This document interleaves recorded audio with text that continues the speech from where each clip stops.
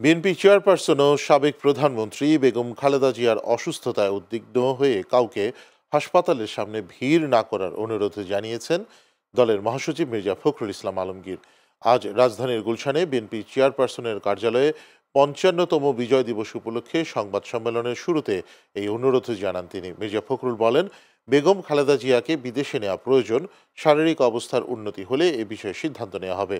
গত রোববার বেগম খালেদা জিয়াকে রাজধানীর এভার কেয়ার হাসপাতালে ভর্তি করা হয়। তার শারীরিক অবস্থার খোঁজ নিতে আজ দিনভর বিভিন্ন রাজনৈতিক দলের নেতা ও বিশিষ্টজনরা হাসপাতালে আসেন। ভিড় করেন দলের নেতাকর্মীরাও। সন্ধ্যায় দলের চেয়ারপারসনকে দেখতে এসে বিএনপির সিনিয়র যুগ্ম মহাসচিব রুহুল কবির রিজভী নেতাকর্মীদের উদ্দেশ্যে বলেন, হাসপাতালে ভিড় না করে নিজ অবস্থানে বসে দোয়া করাই হবে উত্তম।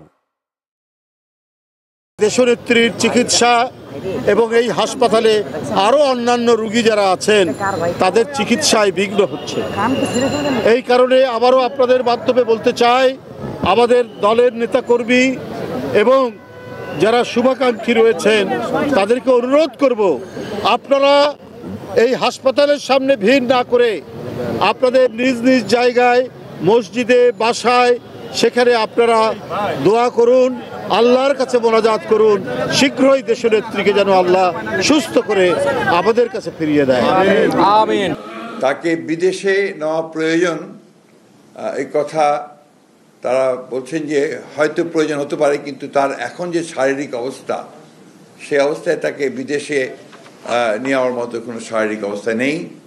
শারীরিক অবস্থা আল্লাহর অশেষ রহমতে যদি স্টেবল হয়, তখন চিন্তা করে দেখা হবে যে তাকে বিদেশে নেওয়া সম্ভব হবে কিনা। স্বাভাবিকভাবেই দেশনেত্রী বেগম খালেদা জিয়া এই দেশের সবচেয়ে জনপ্রিয় নেত্রী এবং তার অসুস্থতায় সব মানুষই উদ্বিগ্ন, উৎকণ্ঠিত এবং অসংখ্য মানুষ হাসপাতালে ভিড় করছেন।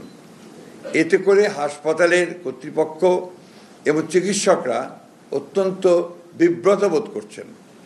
তারা চিকিৎসা কার্য চালাতে প্যারামেডটাও এবং একসাথে অন্যান্য যারা রোগী আছে তাদের সেখানে বিঘ্ন সৃষ্টি করা হচ্ছে। তা আপনাদের মাধ্যমে আমি সংশ্লিষ্ট সকলের কাছে অনুরোধ জানাতে চাই যে আপনারা কেউ দয়া করে হাসপাতালে ভিড় করবেন না।